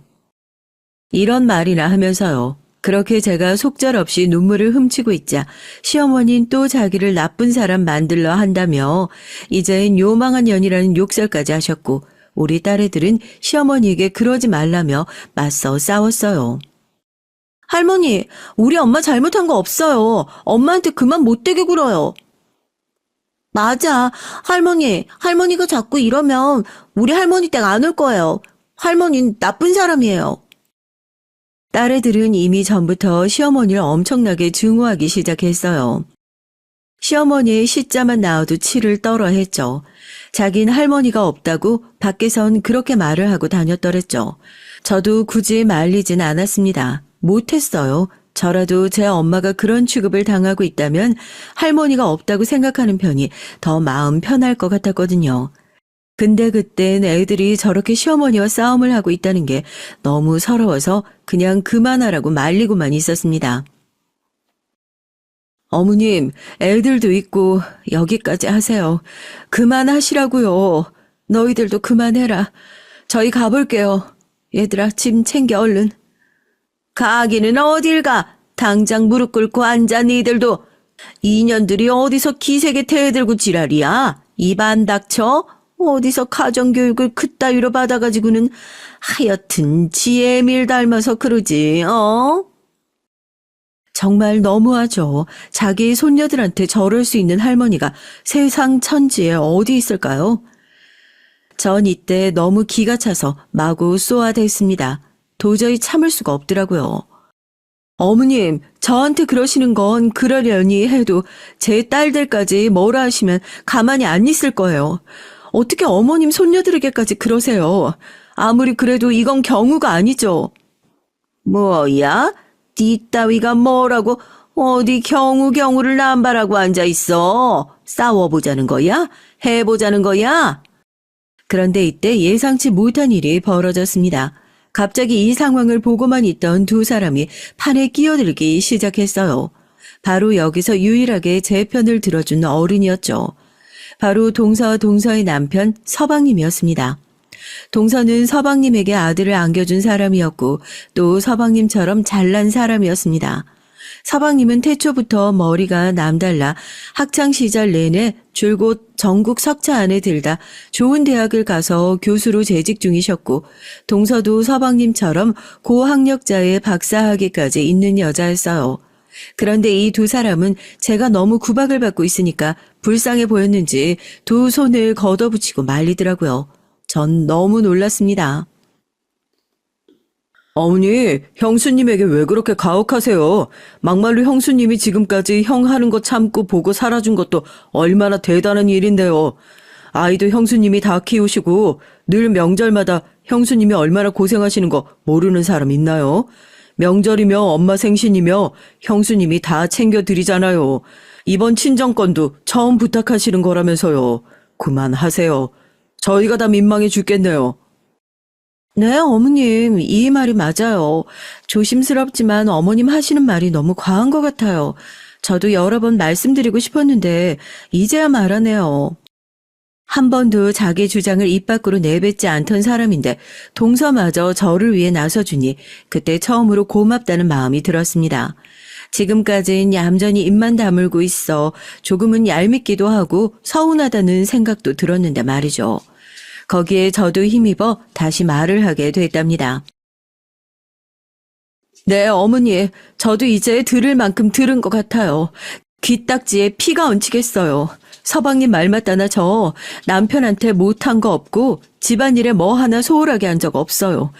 그러니까 돈 갖고 제발 그만 사람 누르세요. 그 돈으로 사람 누르는 행동들 어머님 손녀 손자들이 보면 뭐라고 생각하겠어요? 그런 건 생각도 안 하세요? 시어머니는 자기 아들을 포함해 믿었던 둘째 며느리에 저까지 모두 그런 식이니 뭐라 대꾸를 못하더군요.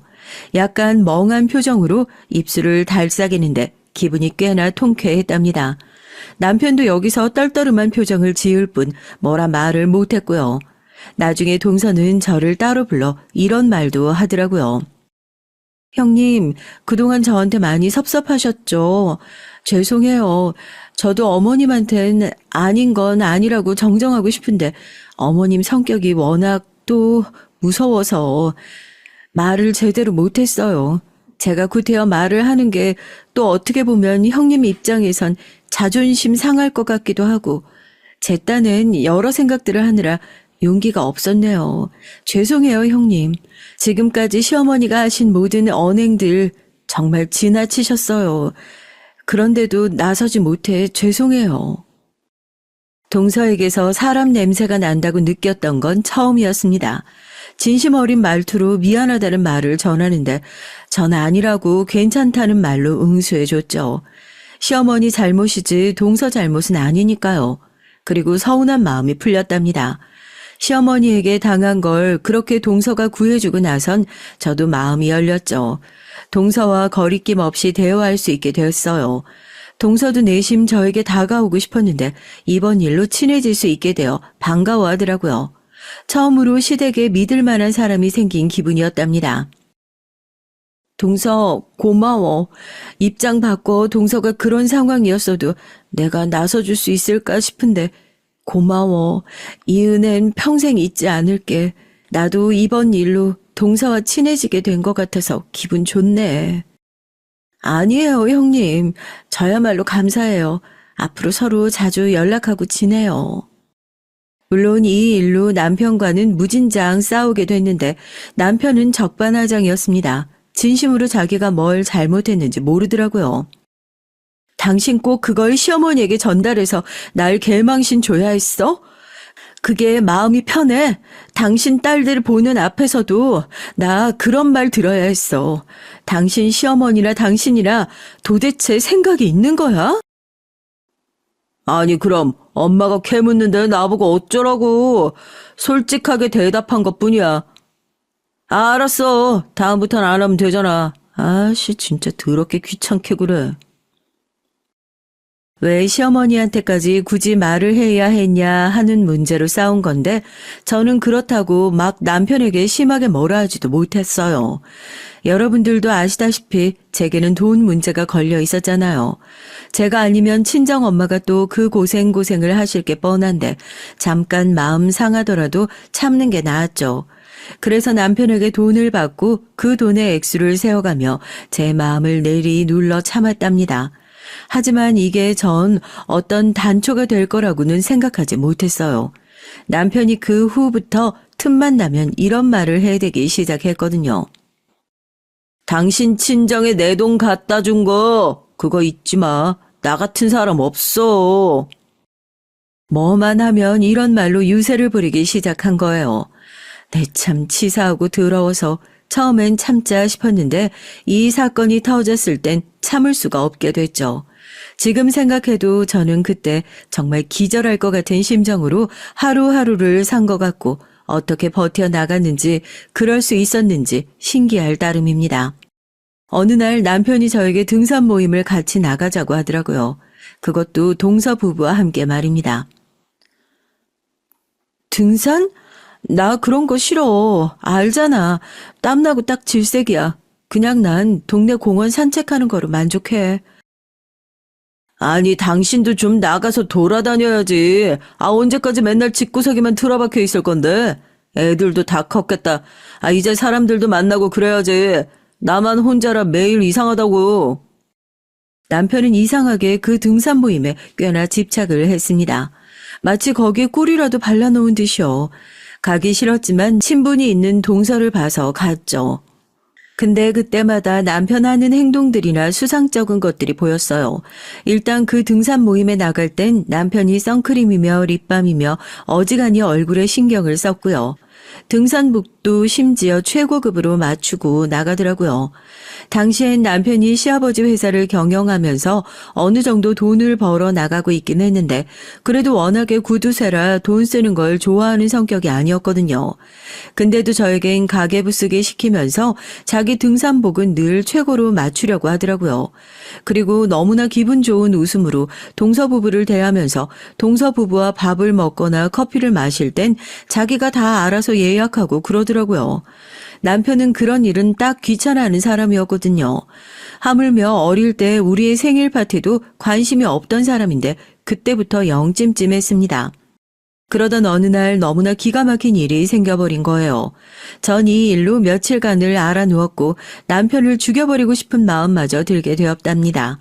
그리고 한 가지 더 예상하지 못했던 사람에게 큰 상처도 받게 됐고요. 그날 남편과 등산을 하고 내려오는 길에 갑자기 남편이 그러는 겁니다. 재수 씨가 다리 많이 아프다네. 안 되겠어. 조금 쉬었다 가자. 형님, 죄송해요. 제가 조금 힘들어서요.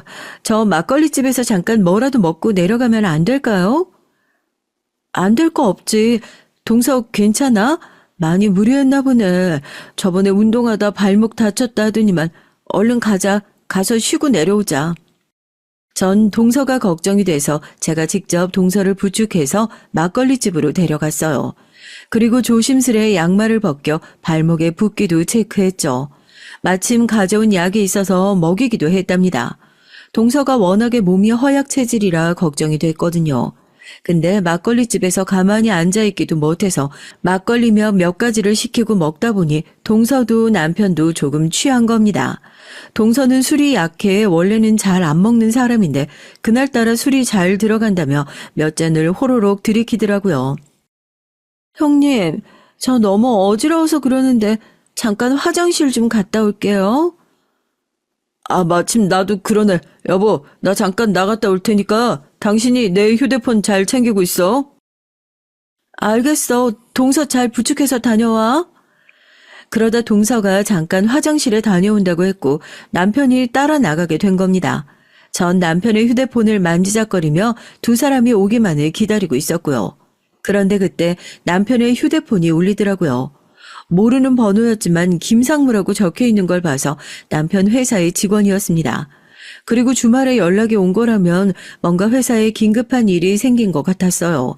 전 잠시 고민하다 남편을 찾아 나서게 됐고 그러다 그 광경을 목격하게 됐습니다.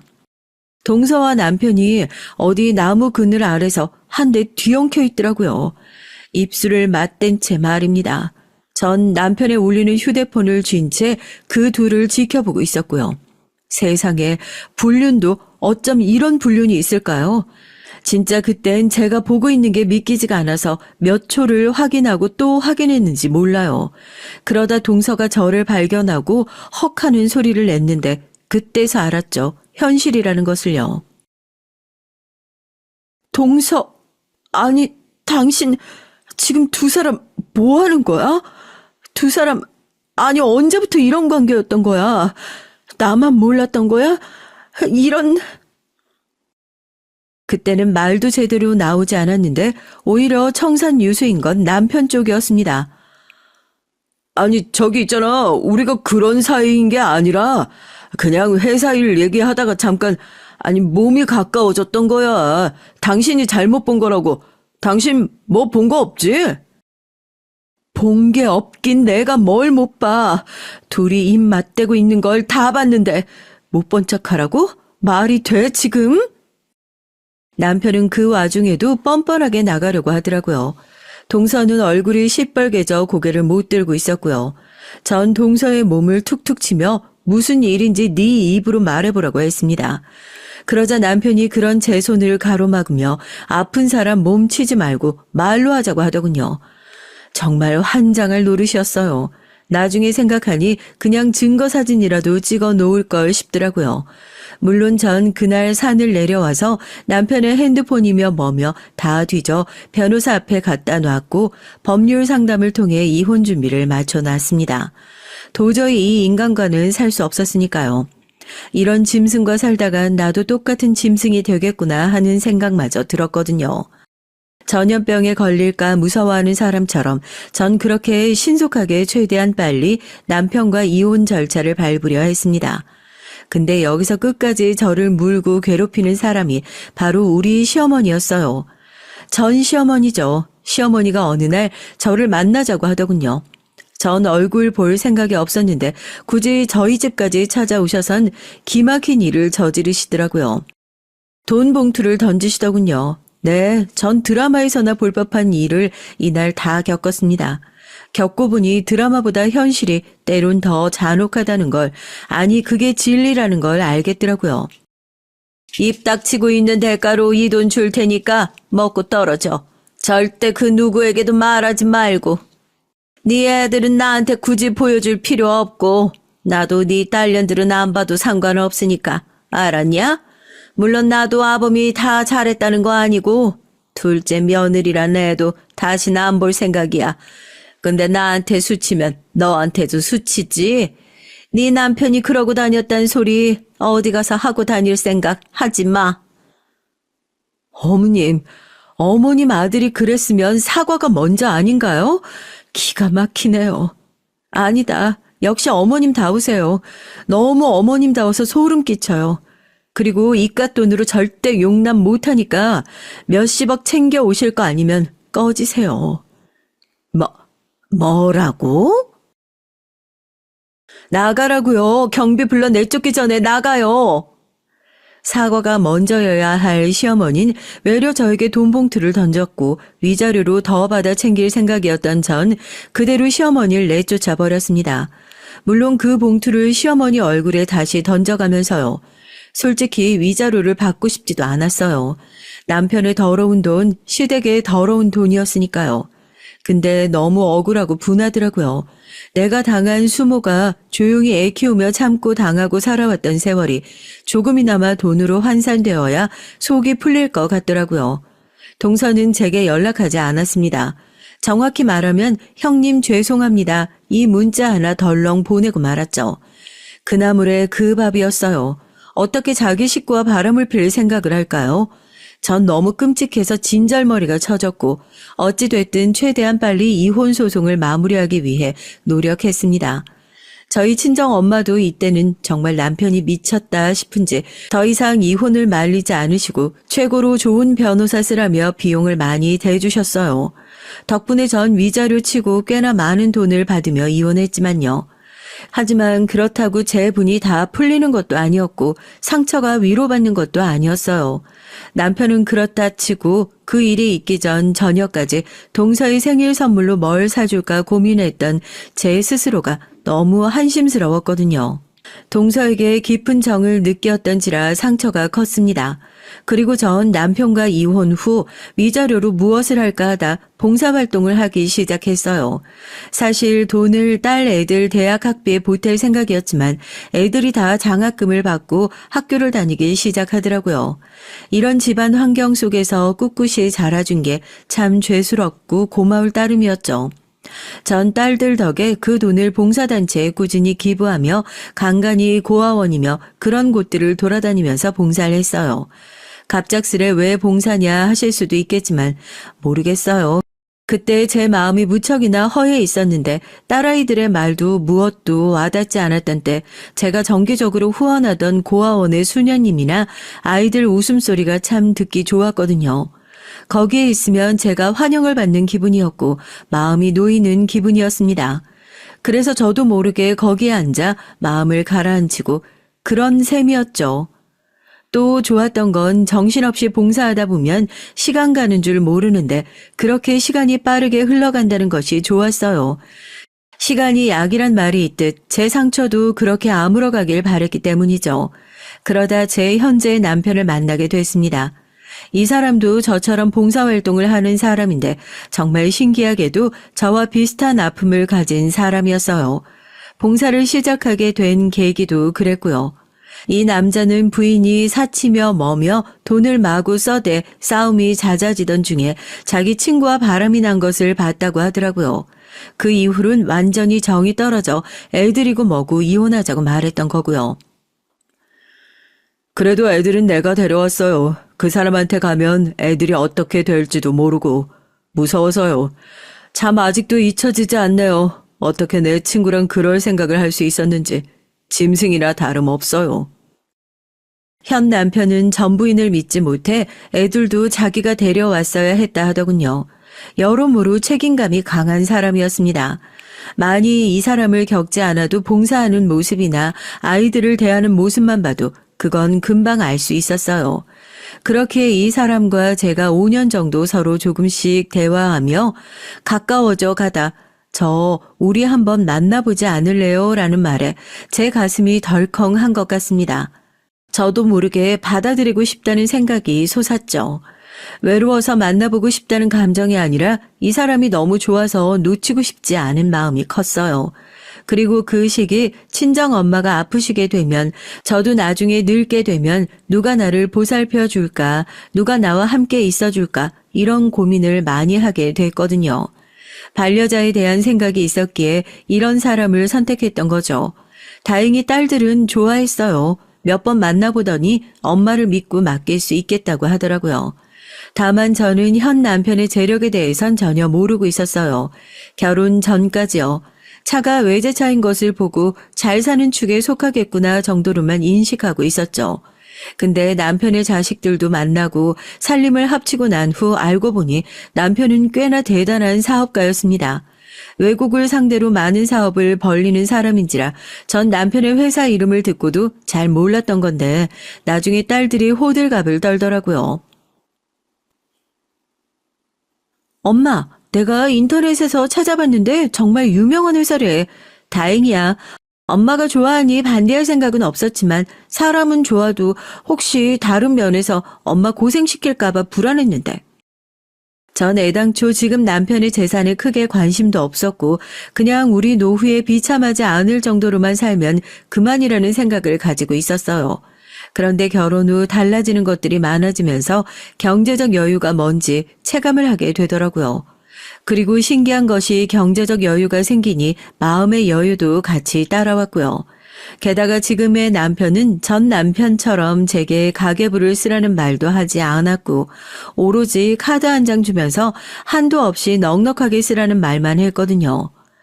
제가 제 옷이나 그런 물건들을 많이 사는 성격이 아니긴 하지만 딸들 건 사주고 싶었는데 괜히 눈치가 보여 카드를 못 쓰고 있으면 자기가 호탕하게 사주기도 했습니다. 그런 배려와 센스 같은 것들이 좋았어요. 제가 민망해할까봐 제가 염려하는 부분들을 미리 먼저 체크해서 딸들에게 잘 해주고 저에게도 잘 해주고 이런 모습들이요.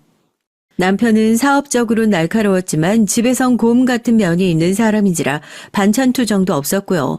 힘들면 가정부 아주머니를 두어도 괜찮다는 말을 자주 하곤 했는데 저는 사람을 부리는 성격은 못 되고 괜히 제가 불편해질까봐 혼자 전원주택을 열심히 관리하고 살림도 하며 그렇게 남편과 평화로운 시간을 보냈습니다. 너무 행복한 시간이었고 신기하게 느껴지기도 하는 삶이었죠. 늘 쪼들리고 힘겹게 살아야 했던 시기에서 벗어나 완전히 여유를 찾아 그저 사랑하는 사람과 함께 여생을 보내는 삶. 제가 꿈꿔왔던 삶이었지만 이렇게 누리고 보니 너무나 행복했어요. 이런 게 진정한 자유이고 행복이구나 생각했죠. 딸들도 제 웃음을 보고 같이 행복해했습니다. 그런데 최근에 이 일이 생긴 거예요. 여기서 제가 일이라고 하면 짐작하실 분이 계실까요? 전 정말 꿈에도 다시 만나고 싶지 않았는데 사람 인연이 왜 이리 기묘한 건지 그 넓은 한국 땅에서 만나지더라고요. 그 사람을요. 바로 제 전 남편을 그것도 저희 집 앞 마트에서 만난 겁니다. 제가 채소 칸에 가서 이것저것 고르고 있던 참이었어요. 남편이 채식을 많이 하는 편이라 채소는 그날그날 싱싱한 걸 고르곤 했는데 딱 마트에서 세일을 하더라고요. 여기 마트는 가격에 상관없이 다 싱싱한 편이라 이왕이면 최저가 채소를 찾고 있었는데 갑자기 어디선가 목소리가 들려오는 겁니다. 뭐야 너 아이고 네가 어떻게 여길 참 인연도 웃기네. 얼마만이냐? 한 10년 만인가? 참나 너는 그 나이 먹도록 그러고 사는 거야? 전 남편이었습니다. 전 남편은 제 손에 들려있던 채소를 보더니 그러더라고요. 너도 참 나이 먹었으면 여유롭진 못해도 그러고 살진 말지. 아직도 구질구질하게 사는 거냐? 아무리 그래도 잘 살길 바랬는데 야 꼴이 그게 뭐야. 다 말라 비틀어진 깻잎을 들고 있다니. 네 꼴이 딱 그 꼴이네. 불쌍하다. 네 인생이 불쌍해. 내가 다시 걷어줄까? 아 근데 걷어주고 싶어도 그러기가 싫다. 저를 말라 비틀어진 깻잎에 비유하며 제 꼴을 비웃는데 너무 우습더라고요. 전 남편은 과한 금목걸이에 금시계에 배불뚝의 배에 제가 상상한 그대로였거든요. 이제 남부러울 거 없이 사는 제게 그따위 말을 하고 있으니 순간 저도 반박할 말을 찾고 있는데 남편이 나타났어요. 남편은 과자칸에 있었는데 제가 어떤 남자와 대치하고 있으니 그게 이상했는지 다가와선 당신 여기서 뭐하고 있어? 라고 묻더군요. 근데 여기서 참 웃기는 일이 일어난 겁니다.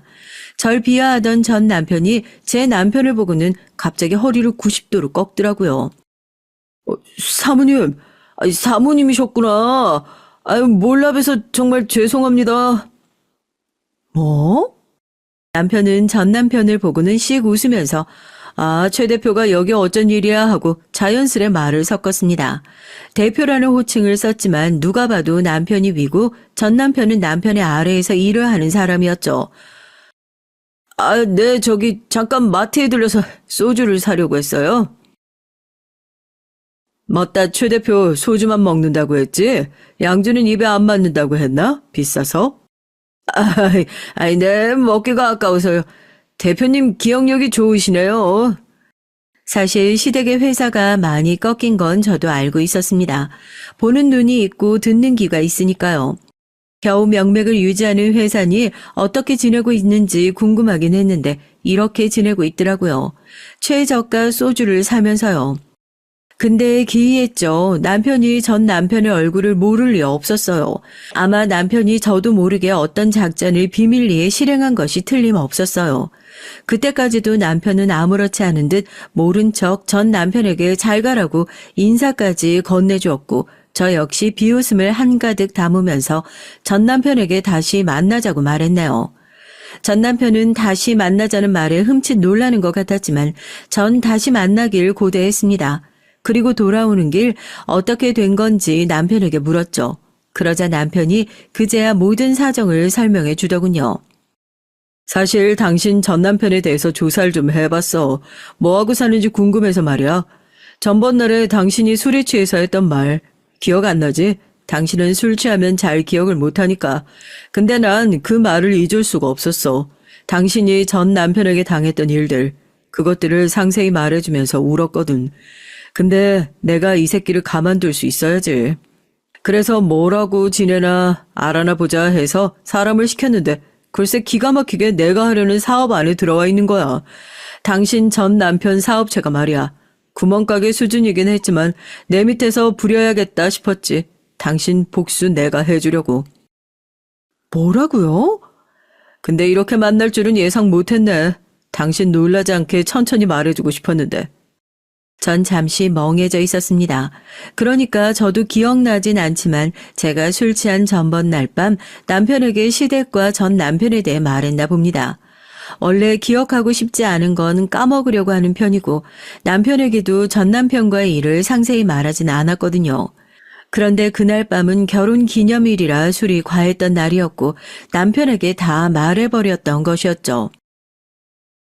생각도 못했네. 당신이 이런 일을 벌였을 줄은. 그래도 고마워요. 당신이 내 복수를 대신 해준다니까. 뭐라 말해야 될지 모르겠지만 위로받는 기분이네. 고마워요. 전 고맙다는 말로 이 벅차오르는 마음을 대신했습니다. 사실 여러 기분이 들었어요. 굽신거리는 전 남편, 그 위에서 뻣뻣이 고개 들고 있던 남편, 그 옆에 전 완전히 전세가 역전된 모양새였습니다. 늘 전 남편은 제 위에 군림하려 들었고 저를 애 키우는 여자 그 이상 그 이하로 취급하지도 않았는데 이젠 제가 그 위에 있었죠. 그 후 전 일부러 전 남편과 식사를 몇 번 하려고 연락을 시도했는데 제 연락은 받지 않더라고요. 못 받는 거겠죠. 대신 이런 말을 남겼습니다. 제 남편을 통해 사모님에게 너무 미안하고 잘못한 게 많으니 꼭 용서해 줬으면 좋겠다라는 말을요. 글쎄요, 이 사람이 정말 반성을 하고 있을까요? 전 아니라고 생각합니다. 시든 깻잎을 바라보며 비웃었던 걸 생각하면요. 하지만 그럼에도 전 흘려보내고 오늘을 잘 지내고 있답니다. 너무나 행복해요. 요즘 이렇게 곳곳을 다니며 과거의 기억을 되짚기도 하면서 좋은 음식 먹고 휴식하는 것이 말입니다. 아마 과거가 너무나 힘들었기에 현재가 더 값지게 느껴지나 봐요. 마지막으로 여러분들도 혹시 힘든 터널을 지나고 계신 분들이 있다면 과거에 이 힘들었던 기억들이 반드시 보상받는 날이 올 거라고 생각하시며 오늘 하루 힘내셨으면 좋겠어요. 제 사연을 듣고 위로받으셨으면 더더욱 좋겠고요. 그럼 여러분 모두 행복한 하루 되시고 하루 잘 마무리하셨으면 좋겠습니다.